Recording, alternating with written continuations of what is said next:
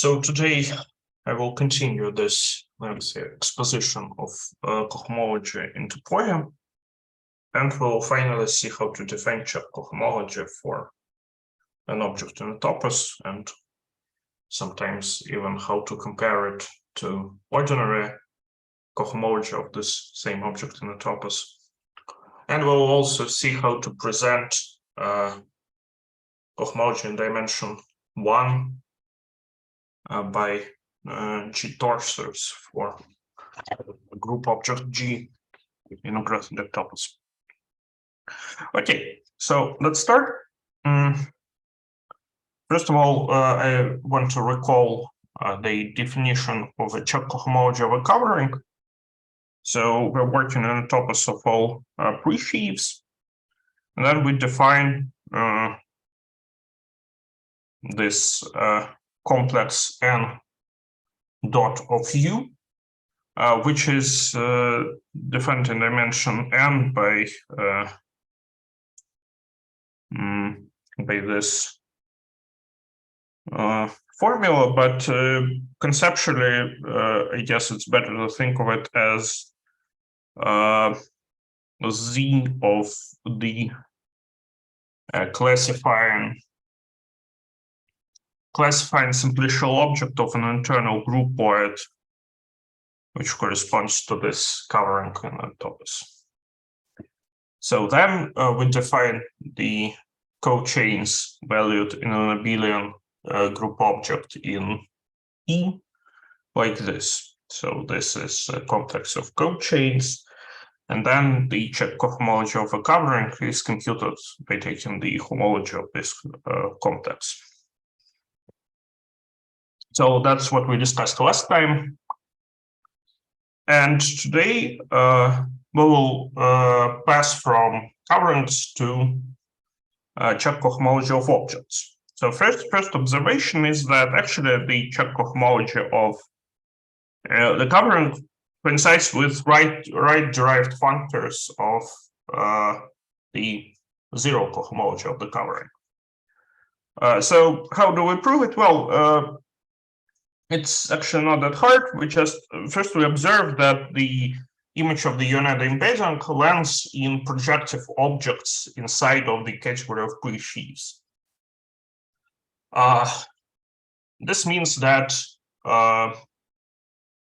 at each degree, the nerve of the covering groupoid consists of projective objects because we take just the co-products of representables.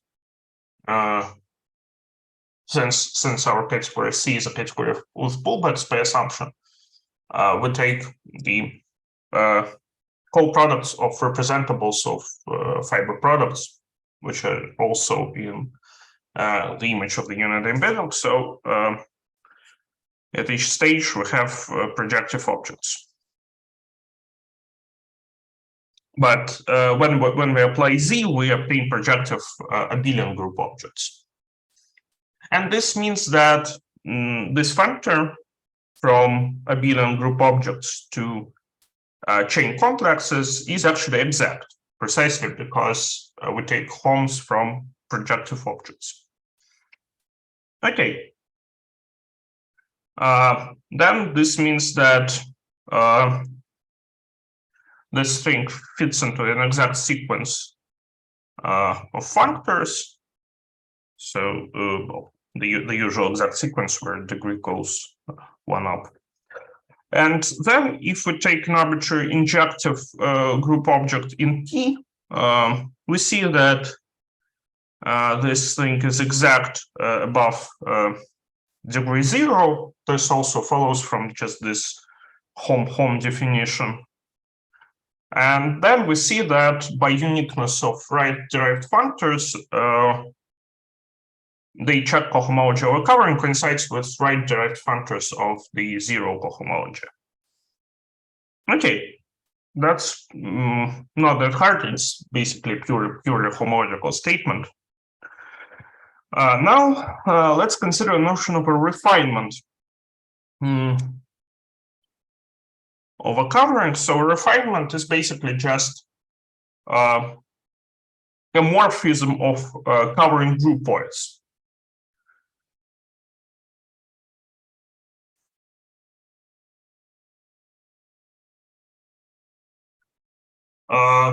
So that's one way to see it. So it's a morphism of augmented groupoids, if you want, or of augmented simplicial sets. Or if you want to do everything by hand, you can say that a refinement is just a collection of morphisms between elements of the covering. So for each element of a covering here, you have some element of covering here, so that the map from from this element of a covering factors through some element of a covering here. So we have some index for which there is a factorization like this, but clearly it just corresponds to a morphism of groupoids, and that's, I guess, a better way of thinking of it. Then if we have two refinements between coverings, they induce chain homotopic maps on these Chech complexes. So one way to see it without writing down this chain homotopy explicitly is to say that, okay, our complexes consist of projective objects, so we have projective resolutions. We saw last time that Chech complexes indeed form a resolution. And it is a standard fact that if we have two morphisms between projective resolutions, which cover the identity morphism, then they're chain homotopic. And even more generally, if we have like two morphisms of projective resolutions which cover the same morphism in degree 0, then these are chain homotopic. But another way to do it is just to use this simplicial structure on this resolution to see that actually there is an explicit formula to write down this homotopy using the fact that these are some very concrete morphisms, induced by refinements. So you can explicitly write down this chain homotopy using this function, which takes an index and corresponds to it an index of the indexing family for this covering V. But I guess since we will not use this explicit formula anywhere, the better way to see it is just to use some abstract fact about projective resolutions. Okay. So now I want to discuss something not very relevant to our context actually, but nevertheless, let's discuss it because it's classical and maybe you saw it somewhere else. So first of all, what is a sieve? We're dealing with a more general definition of Grothendieck topology, which uses just the notion of a coverage, but classically, a Grothendieck topology is defined in terms of sieves. And let's discuss them. So a sieve is basically just on a category is just a fully faithful functor, which is also a discrete vibration. What does it mean? Well, fully faithful, I guess you know. It just means that we have an isomorphism on Hom sets. On the other hand, a discrete vibration is just a functor between categories such that any morphism in the target admits a unique lift to the source. So in a sense, it's like a categorical version of a discrete vibration in topology, which is also called a covering map. So a sieve on a category is just that. And a sieve on an object in a category is just a sieve on the slice category. And if we spell out this definition, it turns out that we can say that a sieve is just a downward closed subset of objects in the slice category. So this means that R should be closed under precomposition. So assume that we have an object in R, and we have just some morphism from beta to alpha, then the composite is also in R. So that's the origins of the name sieve. A sieve is something that sifts out certain morphisms into C by sifting it through holes which correspond to some generating collection of objects. So all morphisms which are in a sieve come from the fact that they factor through some distinguished collection of morphisms in the slice category. This is like an ideal, yes? Ideal. So. Yeah, it's like an ideal. So yeah. You can define a structure of well, I guess just it's just an ideal in a category. Yes, that's right. I guess a right ideal in the category. So you're absolutely right. Yes. Okay.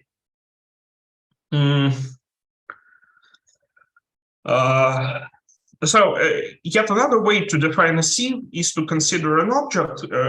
Then we can consider its corresponding representable functor, so the image of the unit impedance, and then sieves correspond just to subfunctors of this representable functors or sub-objects in the pre-sheaf category.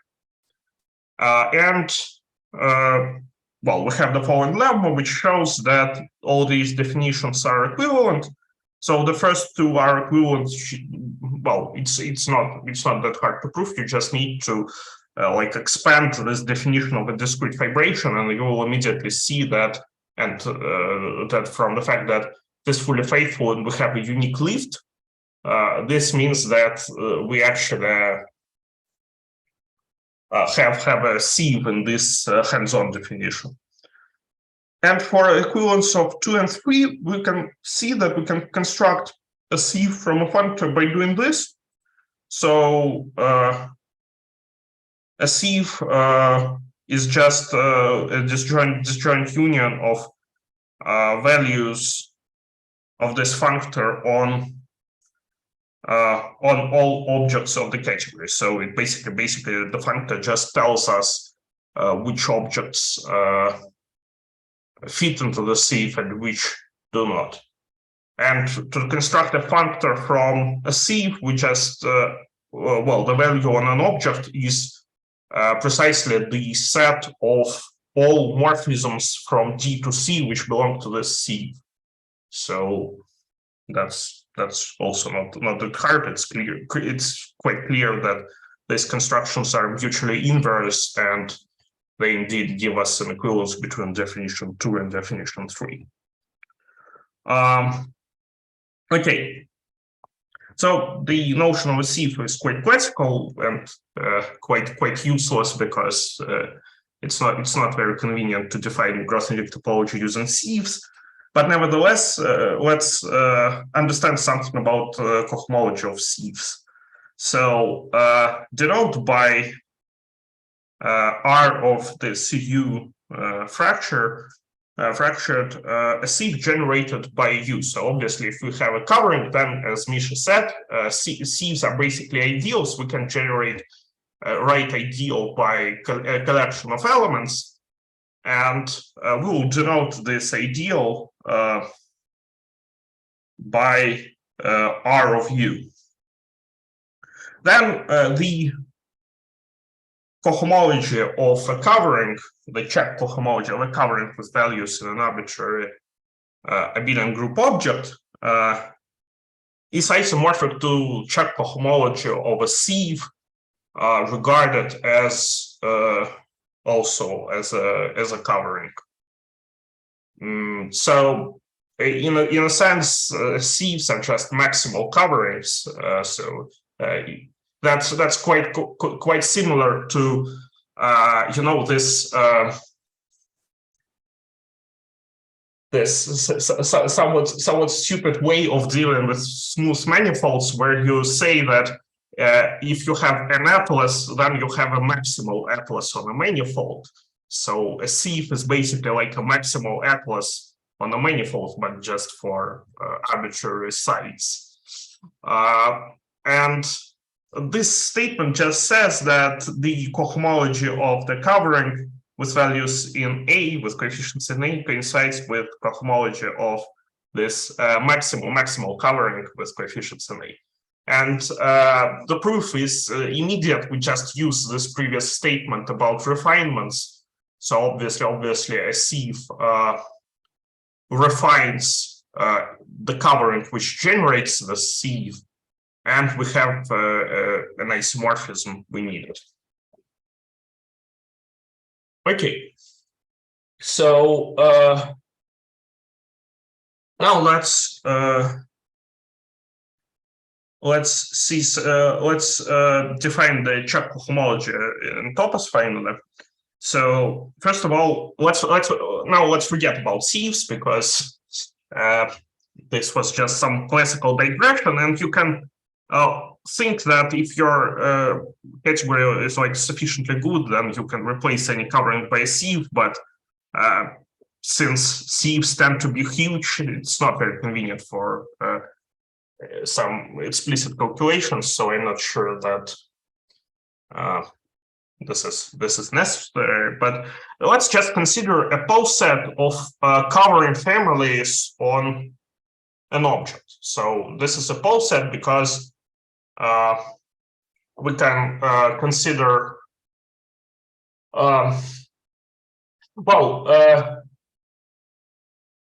yeah, I guess let's yeah, I'm sorry, that's not exactly what I want to say. Let's consider a category of covering families and refinements. So this is not necessarily a poset. If we pass to sieves, then it becomes a poset, because sieves are sub-objects, and if we have a morphism of sieves, it is necessarily a monomorphism. But let's think for a moment about the category of all covering families which are not necessarily saturated like sieves are, and refinements of these families. Then the Chech cohomology of an object with values in A is the co-limit over this category of Chech cohomologies of elements of this of objects of this category, so of covering families with coefficients in A. And it is quite straightforward to see that the Chech cohomology in degree 0 is nothing more than the sheafification of A restricted. So the sheafification of A evaluated at U. So the way we compute sheafification is precisely like this. So we take all possible covering families, and then we sort of add all the sections. And that's precisely what we do here. So we take all covering families, we take hom, which is just the stage 0 of our Chech complex. And then if we take a limit like this, we precisely obtain the value of the sheafification of A on U. So this actually gives us a nice way to present Chech cohomology factorially. So actually, Chech cohomology is just a collection of right-derived functors of the sheafification functor, which is quite nice and actually allows us to define Chech cohomology without even referencing covering families. So we just say that, okay, we have this sheafification functor, which is adjoint to the inclusion of a topos into the pre-sheaf topos. And then we just say that, okay, Chech cohomology should be the collection of derived functors of this functor. Sorry. A small is applied to A capital, Yeah. and after that we take this of U. Yeah. Okay. Yes, that's exactly right. So now we have the following comparison theorem of Chech cohomology and ordinary cohomology. So this is just the ordinary cohomology in a topos, which we defined in the first talk. And this is the Chech cohomology that we just defined. And we know that in degrees 0 and 1, it is an isomorphism, and in degree 2, it is a monomorphism. And after that, we don't know anything. So this morphism can be not monomorphic, not epimorphic. We don't know anything about degree 2. Sorry, on the right-hand side, have we already defined this object? Yeah, that's just. It seems that I don't remember. Could you recall the definition of the right-hand side expression? Sure. Yeah. So let's just first. Okay. So let me add a page.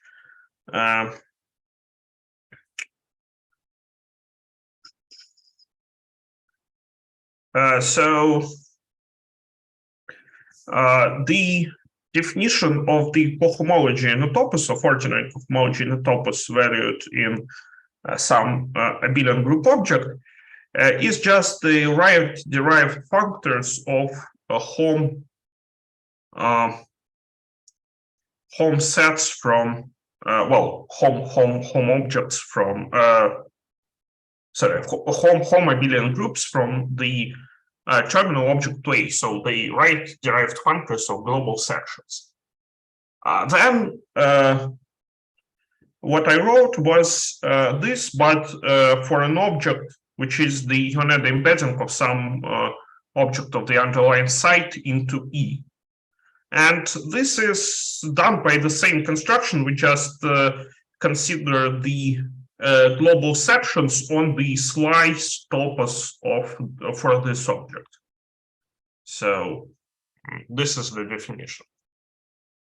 Okay, and slice topos is the slice topos is just the slice category. Slice category. Okay. And it naturally has a structure of a topos, but yeah. Okay, so thanks a lot. Yeah, no problem. Thank you for asking. Yeah. So the idea is that we have a comparison map like this. So we always have it. But we know that it is an isomorphism only in degrees 0 and 1, and we know that it is a monomorphism in degree 2. And the proof comes from an analysis of the Grothendieck spectral sequence for the following composition of functors. So the first functor is just the inclusion of a sheaf topos into the pre-sheaf topos. And the second functor is the functor induced by sheafification on abelian group objects. So now if we write down the Grothendieck spectral sequence for these two functors, we see that the second page looks like this. So it's Chech cohomology of U valued in the cohomology sheaf of A, and it converges to the functor, to the right direct functor in degree E plus Q of this functor. So it's Hom from the representable.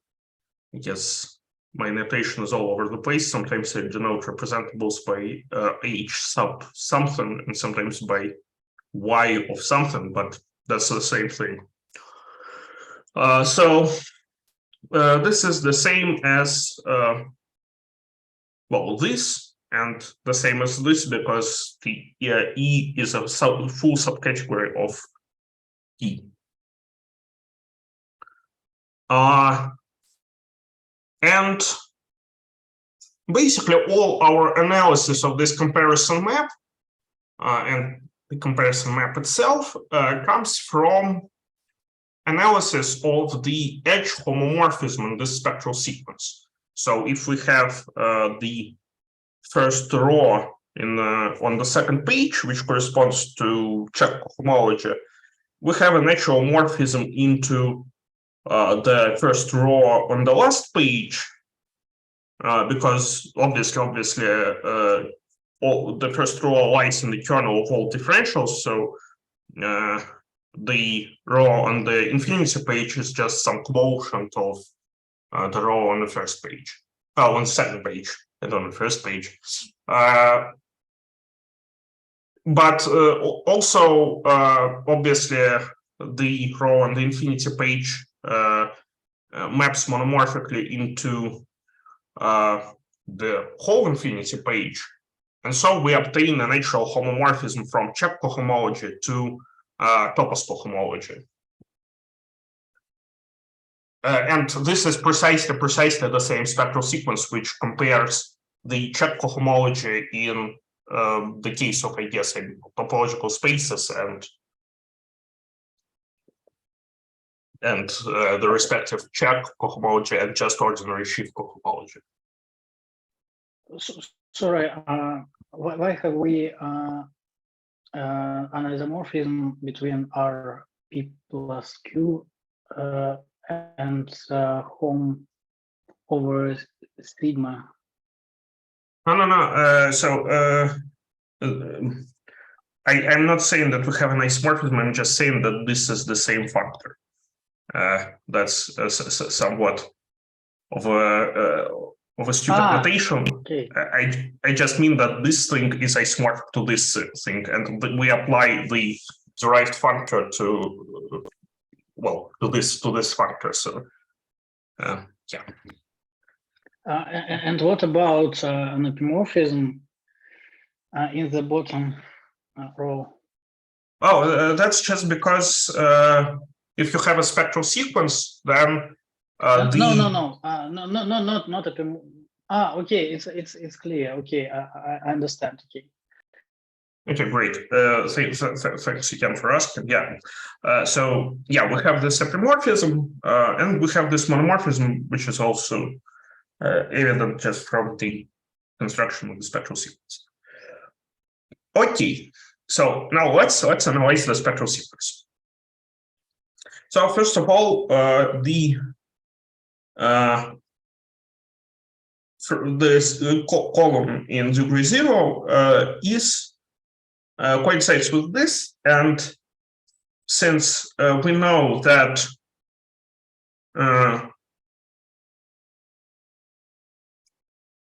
that the Schiffification of cohomology in degrees above 0 is 0, the first column looks like this, so it's concentrated in degree 0. Yeah, the notation is once again all over the place.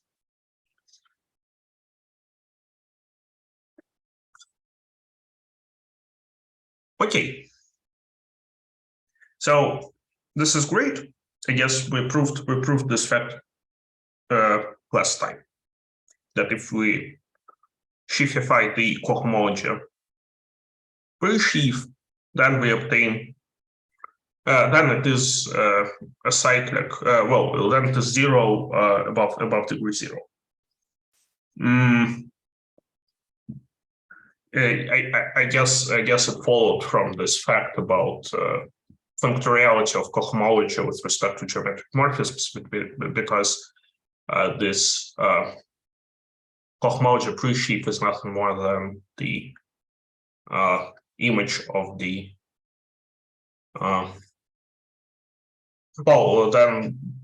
what we obtain if we consider the geometric morphism from the set topos to our topos induced by the terminal object. Sorry. These Phoenician numbers stand for the proof, for the steps of proof. Yeah. And we now prove what? Now we just considered the column, the zeros column in the second page, and we saw that above degree 0 it is 0. So we have this large 0 here. We didn't prove anything yet. But the global statement is about what? The global statement is that in degrees 0 and 1, we should have an isomorphism between Chech cohomology and ordinary cohomology. And in degree 2, we should have a monomorphism. And now I'm just analyzing the spectral sequence to show this. Yeah. So as we saw, here we have this large 0. Then we also know that in degrees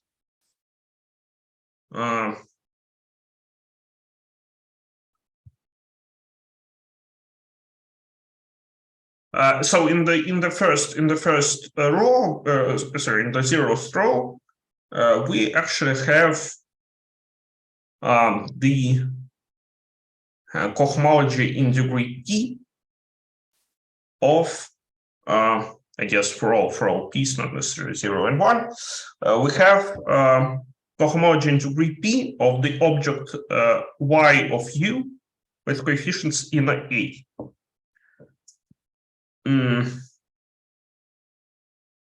Sorry, yeah. No, that was incorrect. Okay, let me explain once again. So in degree p, for p 0 and 1, and the 0th row, we have an isomorphism like this, or an equality like this, because there are no differentials. So these entries in our spectral sequence are unaffected by differentials starting from second page, because, well, we don't have anything in negative degrees, and so there is nothing to annihilate these entries. So actually, the second page for these entries coincides with the infinity page. And this means, since our spectral sequence converges to this, we see that in degrees 0 and 1, we have an isomorphism that we claim. And in degree 2, we maybe have some other term which corresponds to entry with indices 1 and 1, but it's not important because we still have the monomorphism that we claimed, because this is also unaffected by differentials, so it coincides with the infinity page, with this entry on the infinity page. So this shows the theorem that we claimed.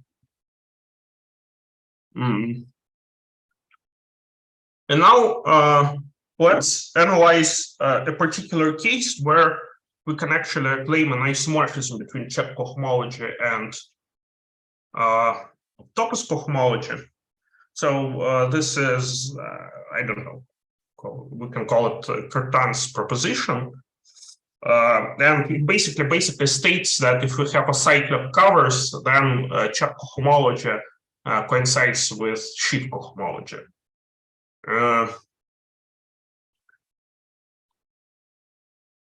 So assume that we have a sheaf topos and some abelian group object in E. And assume that we have a collection of objects on our site such that any object in this collection is acyclic with respect to A. So the Chech cohomology of V vanishes with coefficients in A in degrees higher than 0. Also, let's assume that for any object in C, there is a covering by these acyclic objects. So we have a covering family where each element of the family is acyclic, or belongs to K, to be precise. And finally, let's assume that this collection of acyclic objects is closed under pullbacks. Then this morphism from the previous theorem is actually an isomorphism. So how do we prove this? First of all, by assumption, for any covering of an object U, there exists a refinement V of U such that all elements of this refinement belong to this collection K. And also by assumption, the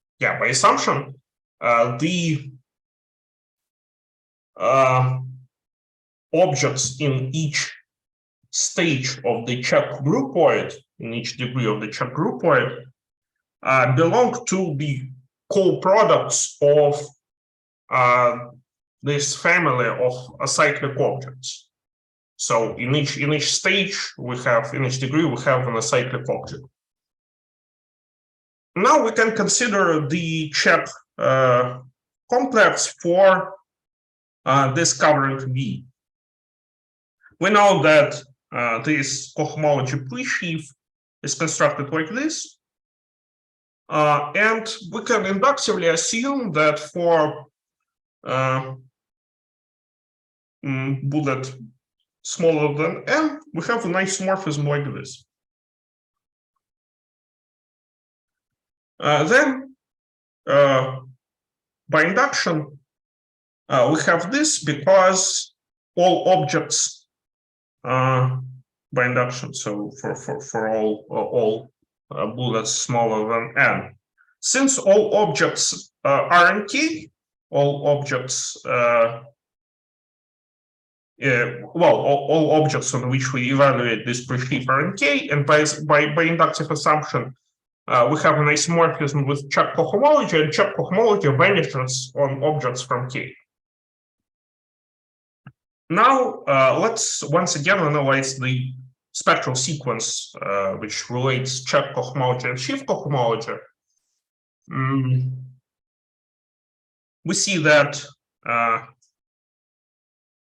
we have this zero strip in the spectral sequence by the inductive assumption. Now it remains to observe that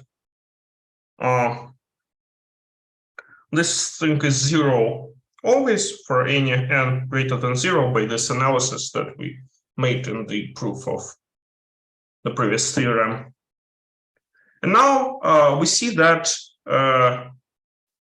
actually we have an isomorphism between the P plus Q, so between the P plus Q term on in the zeroth row and the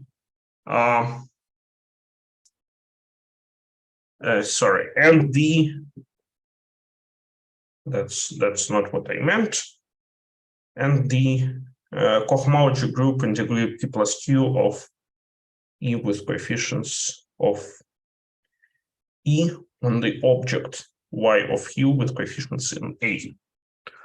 Because we don't have any other non-zero entries here, and so our spectral sequence collapses. So this is actually equal to what we have on the second page.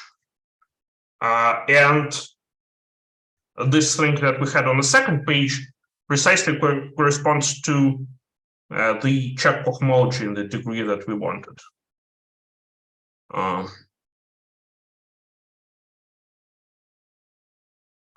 So this means that we've proven it for n and not only for n minus 1, which completes the inductive step, and then we see that in all degrees we have an isomorphism between Chech cohomology and sheaf cohomology or Topos cohomology. So let's consider an example of application of this result.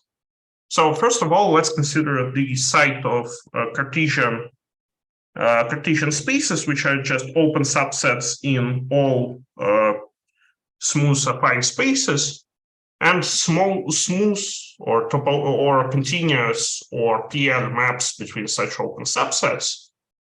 And then let's consider the sheaves on the site reproduce either smooth spaces, and in particular smooth manifolds, topological, locally Euclidean spaces, and in particular topological manifolds or locally Kehl spaces and Kehl manifolds. And then let's consider the collection of convex subsets in smooth affine spaces or RNs. Then, since an intersection of any two convex subsets is also convex, we see that this collection is closed under pullbacks. And since sheaf cohomology vanishes on smooth, well, some sheaf cohomology, we can consider, for example, the constant pre-sheaf.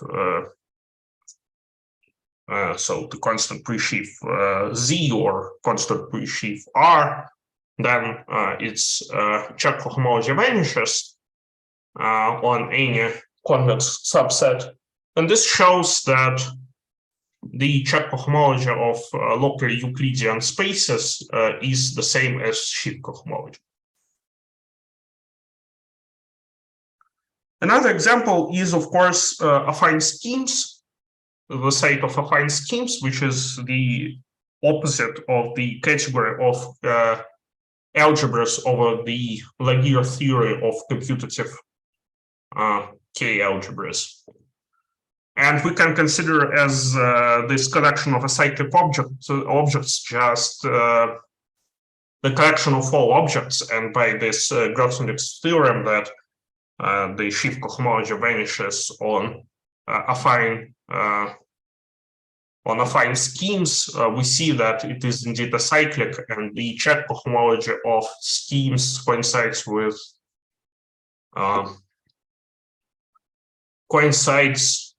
the sheaf cohomology. So we have such two examples. And I guess this more or less completes this section that so this part I wanted to dedicate to Chech methods for lower topoi. So now we can discuss this geometric presentation of degree 1 cohomology by torsors. So let's start from recalling the notion of a torsor, and we start from some group object in our topos. Then G torsor is some left object over G. So left object is just an object with left action, an object of E with the left action of G. And it is a torsor if we have the following two conditions. So first of all, the morphism from T to 1 should be an epimorphism. And second, we should have an isomorphism like this. So an isomorphism from G times T to T times T, which is equivalent to existence of a division map delta. So morally, you should think of torsors as just Topos theoretic analogs of principal bundles. And for principal bundles, we have a map of fiber-wise division where you map a pair of elements to the element of the structure group, which shifts one element in the fiber to the other. So we have this division map delta, and we should have commutativity of two such diagrams. Then we say that T is a G torsor.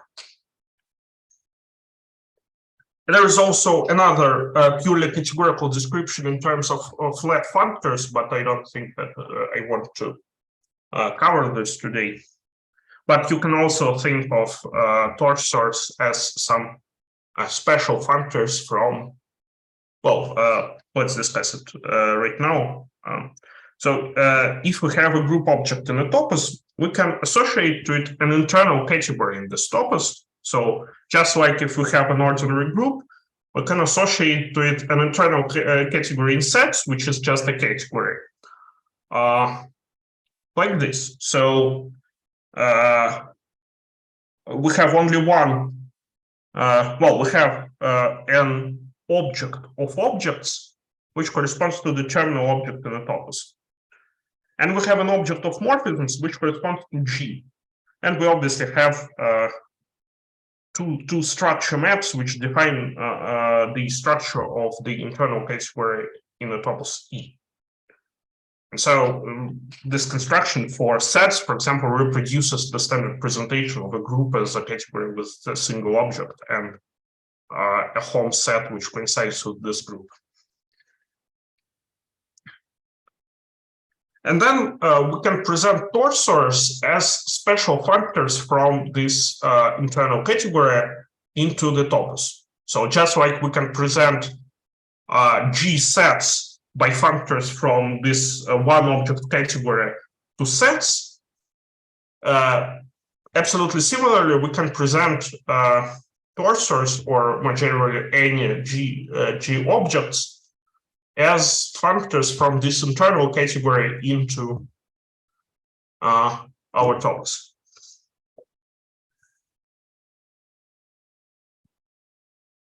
So we denote the category of all torsors and equivariant maps between them by this flat G of E. So this notation sort of suggests the categorical description of torsors, so they should be some kind of flat factors from this one object internal category into E. But we won't discuss flat factors today, so for today it's just a notation. So the claim is that this category is actually a groupoid. So any morphism between torsors, any equivariant morphism between torsors is actually an isomorphism.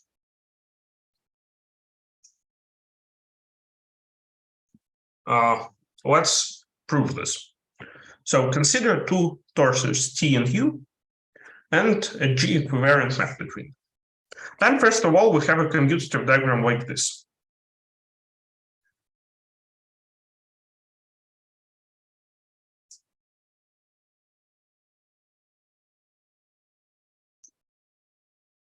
Which just says that our map should be equivariant. Well, not exactly, but it follows from equivariance of our map of torsors. Okay. Next, we have a commutative diagram like this. So once again, it follows from the equivariance that the division maps of the two torsors should commute with the maps induced by F. Now we see that we have two pullback squares like this. So first of all, we have a pullback square like this. We have a morphism from the terminal object to G, which corresponds to the unit.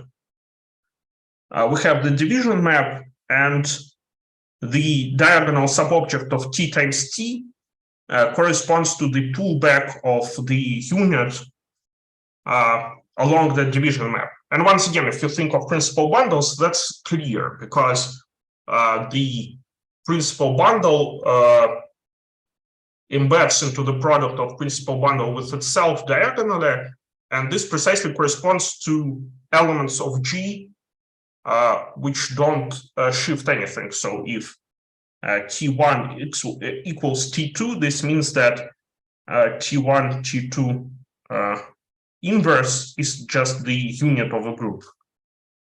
And so this is precisely what this diagram says. But then we can apply the previous commutative diagram to see that actually we have another pullback square. So the pullback of the diagonal subobject in U times U is the same as the diagonal object in T times T. And then this implies that F is a monomorphism. Because it's a map induced by a pullback of a monomorphism. Okay. So now it remains to prove that F is an epimorphism. And to do this, we consider the following scary looking diagram. So here we have just a projection on the first vector. Here we have a map induced by our equivariant map. Here we have the division map and the projection. Here we have the multiplication. Well, let's just look at this diagram and let's believe that it is commutative. It's completely straightforward to deduce from the definitions, but I guess it's better if everyone just looks at it for a moment and understands that it's commutative.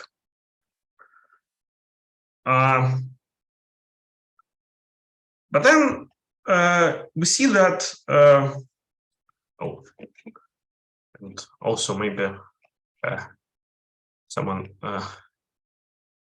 sees that the map should be in the opposite direction.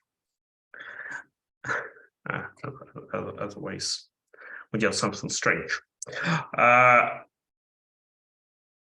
So from this diagram, one deduces that first of all, P1, which is just the product of the epimorphism from T to 1 by U,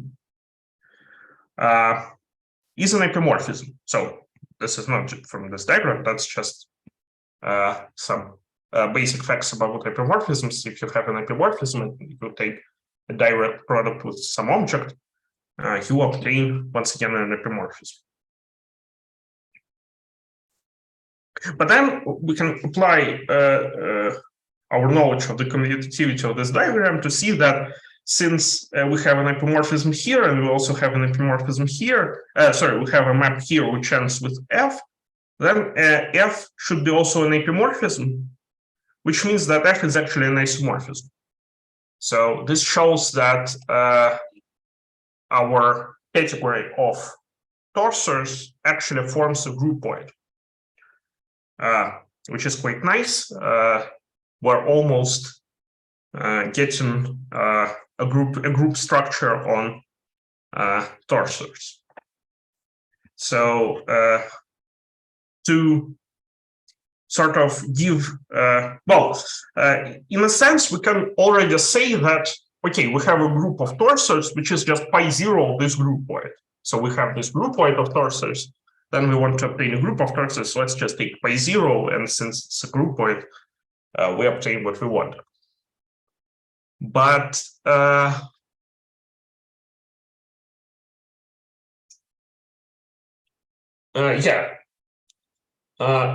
but actually we want to give yet another description of the multiplication of torsors, and it works like this.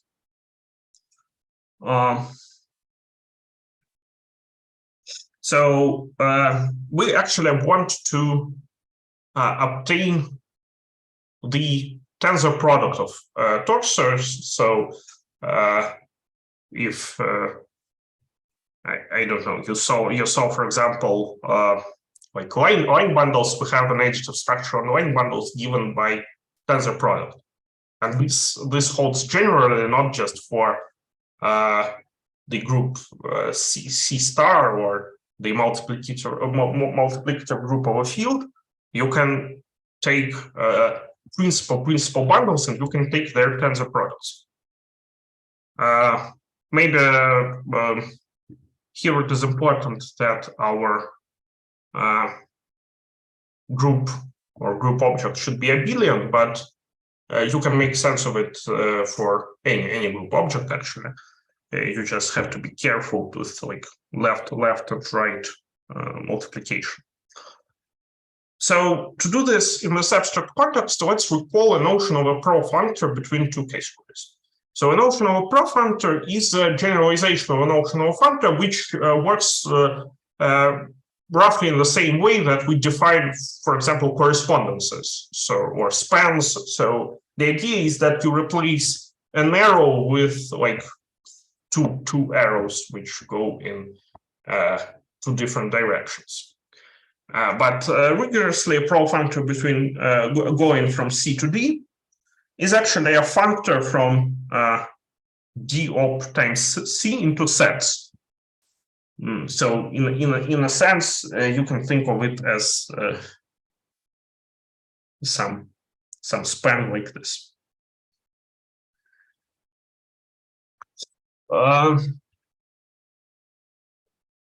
Then, if we have two profunctors, we can define their composition or their tensor product as the end of the following form, as a coend of the following form. So you just take the tensor product in sets because these two are just sets. Then you take the coend and you obtain the value of the composite profunctor on the pair EC. Okay, so since we already sort of understand that objects with action of an internal group in a topos can be presented by functors, it's not that hard to understand, to see that actually we can think of them as profunctors from this internal category corresponding to the group object into itself. So how do we do this? Well, assume that we have some left G object, which is, as we discussed, just a functor from G to E. Then we have a morphism like this. So here we have a flip, which, well, yeah, which looks like this. And we have a multiplication which turns M into a right G object. I guess, yeah, I guess here it's important to say that G should be abelian because otherwise, I guess we can't really do that. But nevertheless, well, this isomorphism will also, I guess, hold on for abelian objects. But nevertheless, we have a full subcategory which corresponds to functors from G to E in the category of profunctors.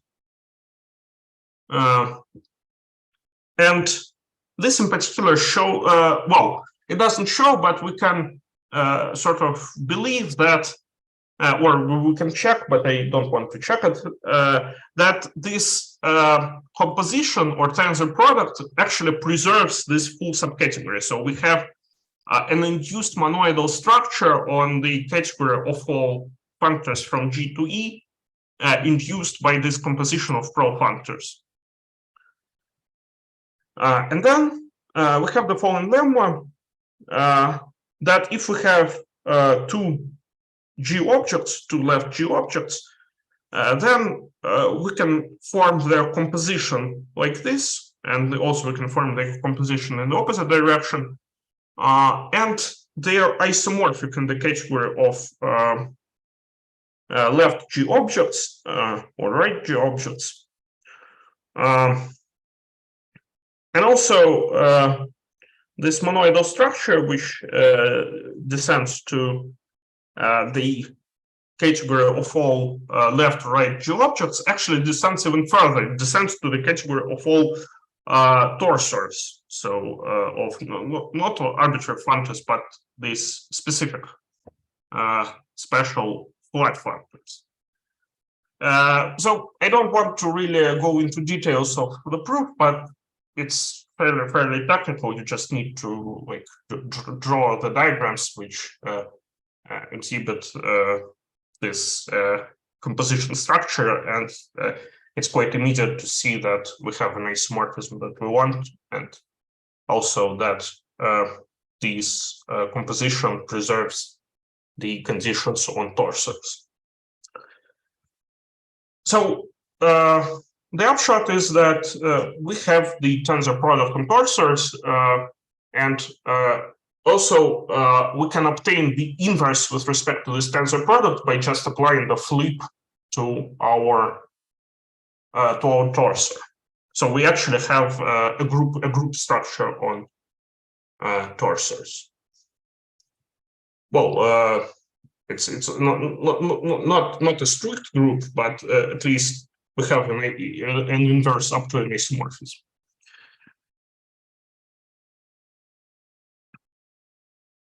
And now we arrive to the main theorem, which states, so first of all, let's once again just state that we have this tensor product on torsors. It coincides with the composition of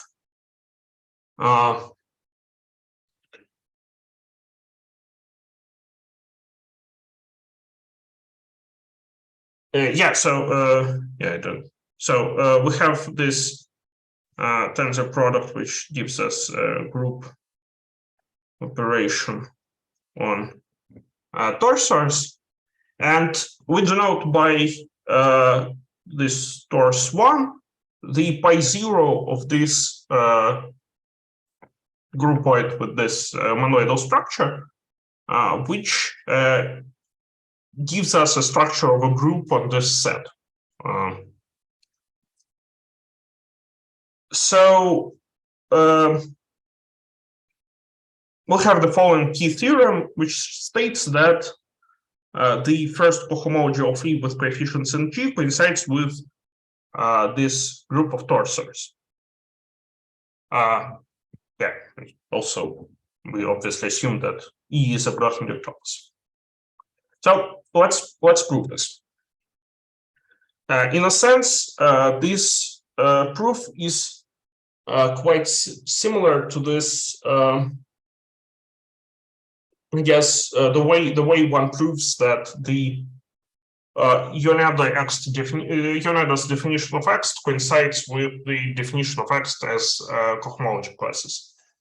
So first, let's denote, as we often do, by Z, the free abelian group object on the terminal object our topos. Then, as we saw during the first talk, the cohomology integral 0 of E with coefficients in G is actually just the x1 of G of Z and G in the abelian category of E. And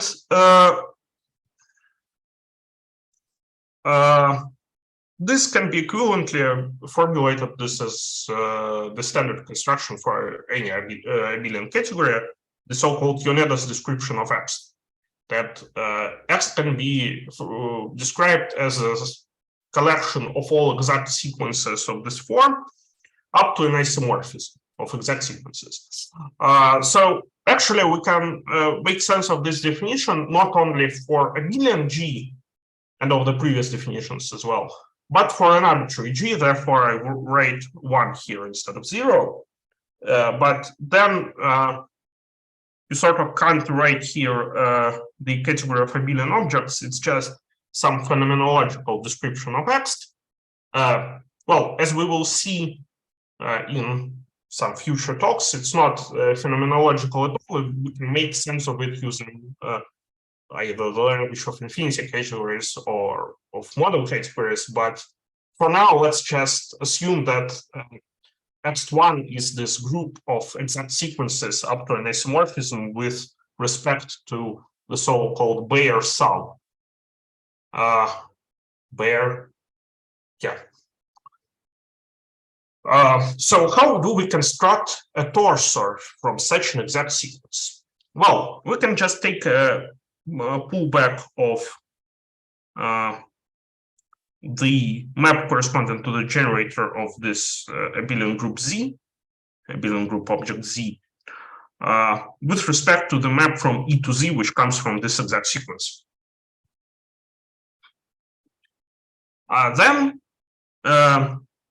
we also see that if we take a pullback, not of the generator, but of the zero element or of the unit of this abelian group object, we obtain precisely the group G. So this is just the equivalent condition of exactness of a sequence.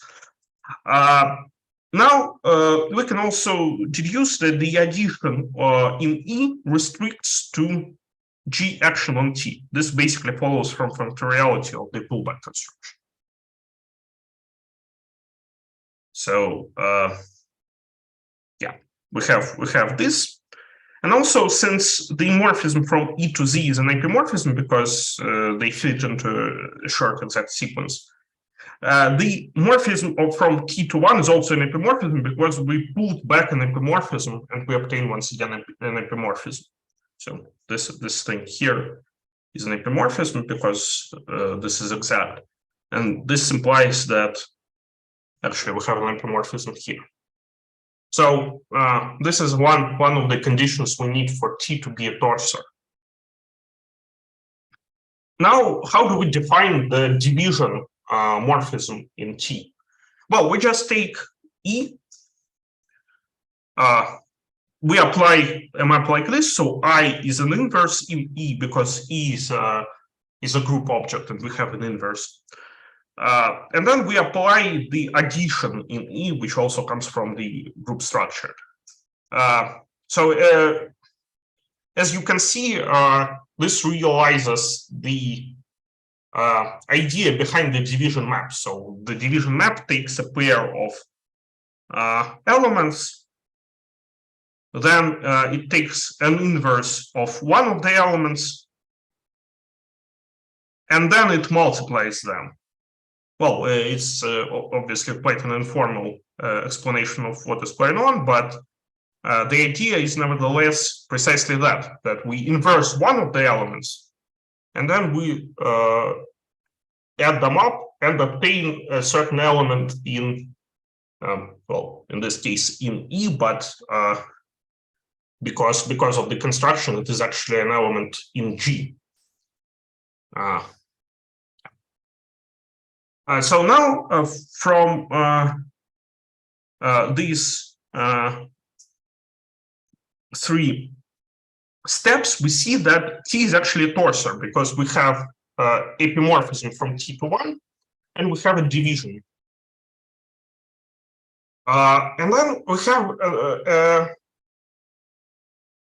construction in the opposite direction. So assume that we have a torsor, then we can form a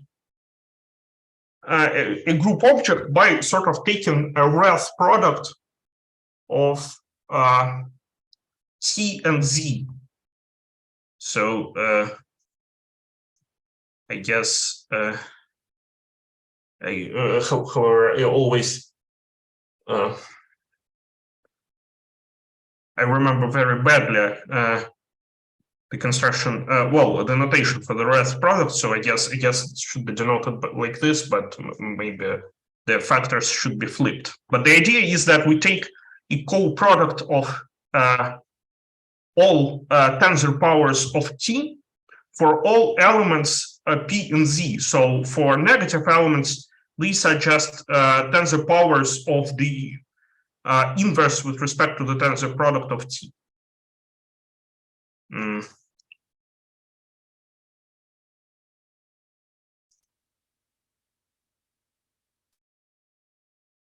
And this can be thought of as some kind of categorical Rath product of Z and T. Okay. Then we have a morphism like this, which corresponds to the multiplication. So we map the tensor product of tensor products into the sum or into the tensor product of the sum of its quadrats. And this yields a structure of, I guess, not a binary, but of a group object on this co-product. So since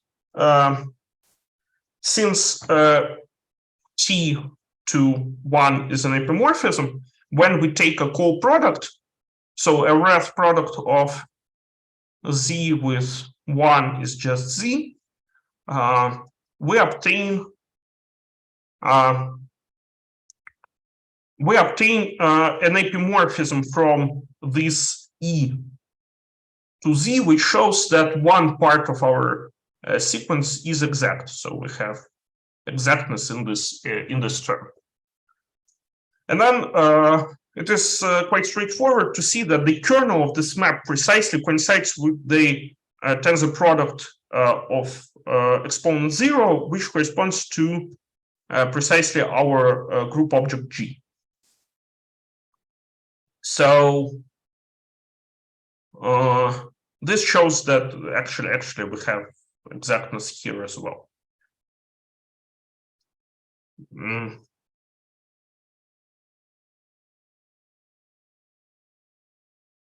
Yeah, and this means that we produce that we have a recipe to produce a torsor from an exact sequence and vice versa, an exact sequence from a torsor. And it is quite straightforward to see that actually these constructions are mutually inverse. So an idea is like this. So we can define this TP, which is a pullback of the generator to the power P of this free group object. And then we can see that it is isomorphic to a tensor product like this, which shows that two constructions are mutually inverse. And as for the additive structure, I guess we will discuss it some other time because it's quite tedious and I don't want to do this today. But at least to some extent, we understand the construction of torsors from elements of X or from elements of the cohomology group, and vice versa of elements of the cohomology group from torsors. So this sort of explains this result. And I guess that's mostly all that I wanted to say for today, except the short trailer of the next talk, which will be given by Amartya, who will tell us about higher elementary topoi. And I guess from this discussion of presentation of cohomology by torsors, we can see why we need some higher structures. So we made sense of cohomology in degree 1. But that's completely unsatisfactory because obviously we want some presentation of cohomology in arbitrary degrees. And that can't be achieved by using just like lower topoi. We need some higher structures which will explain how to interpret the cohomology in arbitrary degree in terms of some kind of maybe higher bundles with structure group object G. And I guess a mechanism to do this is given by a notion of a higher topos. And next time, which means this Monday, Amartya will tell us about a notion of a higher elementary topoi, which is a higher generalization of an elementary topos, which we discussed. So elementary topoi we discussed in the very first talk of this mini series. Okay, let me stop the recording.